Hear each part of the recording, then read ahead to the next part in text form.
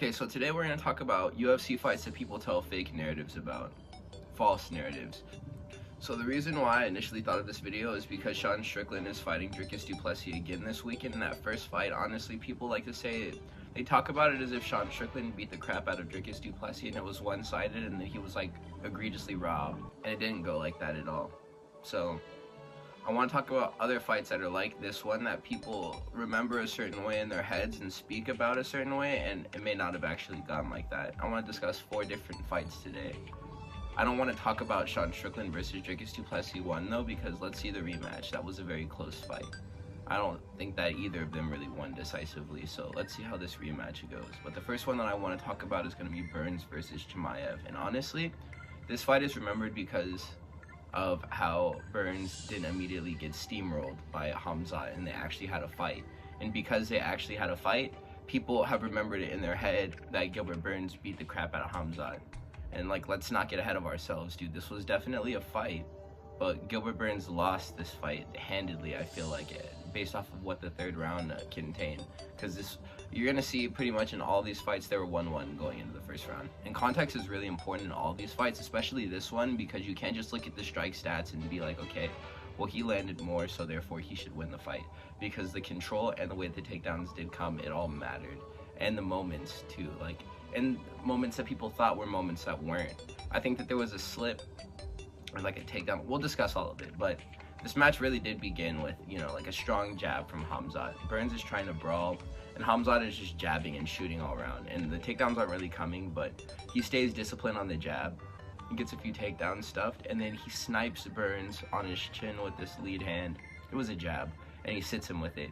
And Gilbert Burns cleanly hits his back, and Hamzat chases him down to the ground and tries to stop the fight. But Burns, you know, he knows jiu-jitsu, so he definitely stays out of danger, and he recovers, and then he gets back to his feet. And then Hamzat just scores more with the jab until the end of the round. He drops Burns, though, so this is definitely a Chimaev round. In the next round, Hamzat Chimaev is kind of baited into brawling with Gilbert Burns, and he takes some visible damage, and he loses this round, but he doesn't get pulverized like people like to talk about. It's a competitive match, and either of them really seem to be ahead at any given moment until Gilbert Burns does have a big moment, and I'm not really sure like if it was counted as a drop, but it was like this check hook that Gilbert Burns lands on the inside. It makes Hamzat Chimaev drop to one knee, and then he shoots a takedown immediately afterwards. So, I mean, I would say that he got rocked, but he definitely looked like he was coherent the whole time. So, Burns definitely steals this round, though, off of the basis of volume and that rocked moment. Hamzat is a little bit bloody going into the third, but again, it's 1-1. So, this is where it starts to get a little bit sketchy and where people are debating who actually won the fight. Because 1 minute and like 2 minutes into the third round, basically, Burns is shelled against the cage, and he's close to being finished. And then he rallies and ends up on the cage covering up again like 30 seconds later. And then he goes on to strike competitively with Hamzat until the rest of the fight is over. So I'm giving lots of credence though to the fact that this fight was almost stopped twice though in the third round. So Gilbert Burns has to have been the loser of this fight because he lost round 1 and 3. So, I mean, he was visibly breaking too, Burns. And I don't know how people get around to saying that Hamzat Chimaev either lost this fight or is close to losing this fight. We could dissect Usman as well, because people are on the fence about that one. Like, if you really feel like he's not winning these fights, Hamzat Chimaev, go back and rewatch them, because he's really beating the crap out of these guys. And if he's not beating the crap out of them, he's staying very competitive, and he always has the edge. And this was more of the same, honestly. This would have been a brutal finish from Hamzat Chimaev if this fight went 5 rounds, but it wasn't a 5-round fight. It was only 3, and Hamzat Chimaev won. So, moving on to the next fight that we're going to discuss, this is going to be O'Malley versus Gane. And this is at least twice as good as Gane's fight with Corey from an action standpoint. People just don't like to remember it, though, because O'Malley was the one who won this fight. But I really have to be the only one on this platform who thinks that the judges actually didn't make a mistake here. The first round was an O'Malley round for sure. Sean did a good job of keeping Gane off of his hips and staying off the cage, and he was landing his right hand too a lot, and he was sniping Gane with it. They spent the first minute and a half they were like trading leg kicks at range, and Sean seemed like he was expecting Peter to go first, and then whenever he realized that Peter Gane is a slow starter and that he's not just gonna lunge in there, Sean was like, okay, I'm gonna start working my offense, and it was working for him. So Sean did start really fast in round 2, And I think that he won the first round because he was just beating him up with just high volume. So that was a Sean round. Round 1 goes to Sean O'Malley. Sean then started really fast in round 2. And he was right back on those straight punches, and he even hurt Jan within the first minute and a half, producing a pretty serious rocked moment. But Jan then recovers, and like, they're switch stance fighters, so Sean O'Malley throws just a 1-2, but it's like a right hand, left hand. Right down the pipe, catches Peter Yan like on the ear, and almost like it makes him chicken dance a little bit. He recovers though, and from the switch stance throws the exact same like sequence, and then it rocks Sean O'Malley even worse, and from there he scores a takedown. Peter Yan, it's like a trip, and he throws Sean O'Malley onto the ground, and he starts wrestling from there. So, I mean, the whole time though, Yan does seem to be soaking up more damage than Sean O'Malley for whatever reason. I don't know why Peter Yan was getting so hurt in this fight.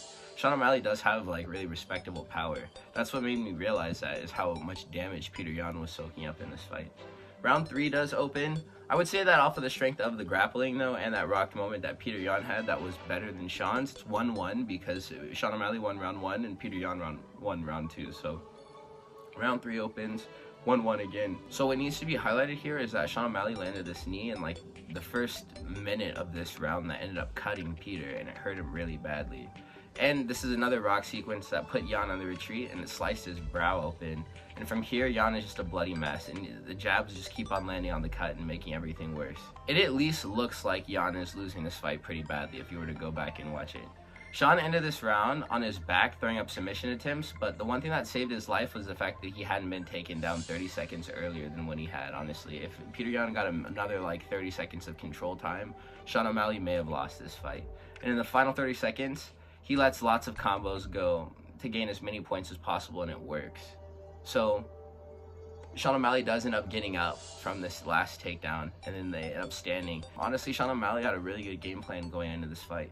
And I know that we like Jan, but we definitely need to give Sean his fair piece, since this is a very tricky fight to win. We see Peter Yan beat up pretty much every single other like medium skill bantamweight.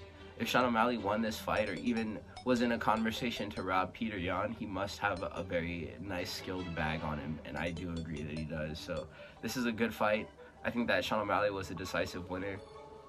People like to remember the way that one went, just because people highly tout Peter Yan's skills, and for good reason too. But we're going to discuss the next one, which is going to be Gane versus Ngannou. And man, the audacity of some fans and creators like Flucus Glazy, bro, to act like Gane should have unified this interim title with the real one after he fought with Francis. Bro, Gane did not win this fight. This fight was a wash, and people still say that Cyril Gane should have won. And my question is, how did he win, and where did he win? He was faster than Francis in the stand-up, but his focus was on not being hit, and that made it so he couldn't really sit on his shots and do any meaningful damage. So he couldn't really sit down on any of his shots or like take big risks with his unorthodox style, because Francis' jabs would hurt if they landed on him. Gane was just touching and scoring, touching and scoring. The first round was a game of cat and mouse, and Ngannou was just missing a lot. And the second round was more of the same. And I would say Gane did win the first round, just off of the strength of output. And then, but it didn't, all these rounds that he won, it didn't really look like he was winning these rounds. I would say that the official scorecard for me, at least, it would have been Gane winning the first 2 rounds, and then Francis Ngannou winning the last 3, because that's whenever he started wrestling. So round 2 was more of the same. And even though the strike count reflects like Gane borderline shutting out Francis, the first 2 rounds don't really seem like Cyril Gane convincingly won them, even though I would score them for him, and the strike stats would reflect that he did win those rounds too. But round 3 rolls around, and it's just Gane kiting Ngannou around the octagon like a Dark Souls boss. It's hilarious. And then he starts opening a bit more, like with his kicks. He starts opening up a bit more. And then he even throws a spinning back kick, which glances like Francis' shoulder, and it partially like grazes his head too, but it really does nothing. And then he follows this with the second high kick, and that high kick is caught by Francis, and that leads him to secure the first takedown in this fight. And it's this beautiful high single leg. From here, after the first takedown is secured so easily, Francis like understands that Cyril Gane can't wrestle, and he just starts doing basically whatever he wants to him in the wrestling, and it's super funny. And he just keeps on shooting. We were calling him Francis Nurmagomedov in this fight. Francis lost the first 2 rounds unconvincingly, and then won the final 3 just because the only significant moments in this fight were his takedowns. and this one sequence in the third where Gane managed to win top control before he got scissor swept by Francis Ngannou, putting him back in a top mount like super easily. So Francis Ngannou actually demonstrated good grappling skills and had lots of control in this fight to win those last 3 rounds. And the only partially significant striking that happened in this fight went on with Gane, but I'm not going to give it any credence because it just really didn't matter. And this fight really did honestly suck and was only memorable because we did get Francis Nurmagomedov. So the final one that we're going to talk about is going to be a fresh wound for some of us, but I mean, with the way this career has been going lately, I'm not sure how many more of us are still fans of him. It sucks. It really sucks the way that things have been happening for this guy. But we're going to talk about Erceg and Pantoja, and I will say that this is about as close as a fight can get where there's still a definitive winner. Like, you can tell that Pantoja won this fight, but man, it is close. It's really close. This is a closer fight than Sean Strickland versus Dricus du Plessis, honestly. But Pantoja definitely won. If you go back and you really closely pay attention, you even may need to watch like some commentary on the fight and hear what other people have to say about it. That's why you're here on this video. So round 1 was all Pantoja in general, and this fight was basically just like takedown stopping Erceg from getting his boxing going. Every time that it would get even slightly chippy for Pantoja, he'd just shoot, and at least like 15 seconds minimum each time you would recover or secure a takedown. And like these sequences would be dragged out by Pantoja, but they would always end up with either Pantoja breaking away and then getting right back on the striking, or actually securing a takedown to be able to wrestle and get some control time. So I had this fight going like 2-2 into the 5th, and Erceg rounds 4 and 3, and Pantoja definitely won the first 2 rounds and the 5th round, I believe. So Erceg didn't look too bad in this final round, but he got overzealous whenever he decided to get his striking going and like shoot takedowns afterwards. This was a really weird decision for him because he tried it in round 4 too, but he got reversed. But it wasn't that bad. But in round 5 he tried a takedown and he got reversed and then like controlled for a significant portion of the round. So that was a very low IQ moment. The 5th was very neck and neck before Steve did make this questionable IQ decision with 2 minutes left. And from here, he was basically just sprawled reversed and controlled for the remainder of the fight, which did suck. People definitely cried robbery just because for whatever reason, we don't like Pantoja. I don't know why people hate on him, but upon a rewatch, Pantoja definitely won this fight. It was pretty clear. And I think that most people were just rooting for Erceg because he was up and coming.